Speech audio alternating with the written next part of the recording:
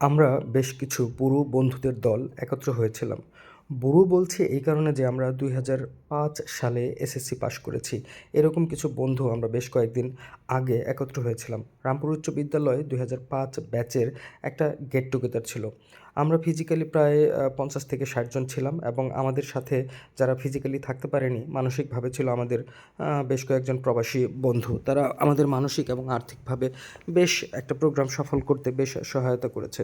তো বিষয় হচ্ছে যে বুড়ো বললাম এই কারণে যে ২০০৫ সালে আমরা এসএসসি পাস করেছি।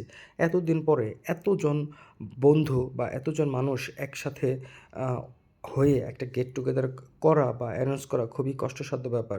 কারণ হচ্ছে সময়ের সাথে, সাথে সবার ব্যস্ততা বাড়ে। সবাই নানান দিকে ছড়িয়ে ছিটিয়ে থাকে। তো দেখা যাচ্ছে যে তারপরও আমরা অনেকে একত্রিত হয়েছিলাম সুন্দর একটা জায়গায়, কালিয়ানের সুন্দর একটা জায়গায় আমরা সারাদিনব্যাপী আড্ডা দিয়েছি, রান্নাবান্না করেছি, খেয়েছি।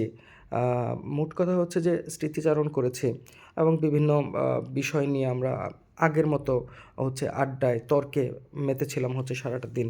তো বিষয় হচ্ছে যে এইরকম প্রোগ্রাম আয়োজন করা যদিও হচ্ছে খুবই চ্যালেঞ্জিং ব্যাপার, কিন্তু আয়োজন করতে পারলে দেখা যাচ্ছে যে মনের ভেতরে একটা শান্তি বা একটা স্যাটিসফ্যাকশন কাজ করে।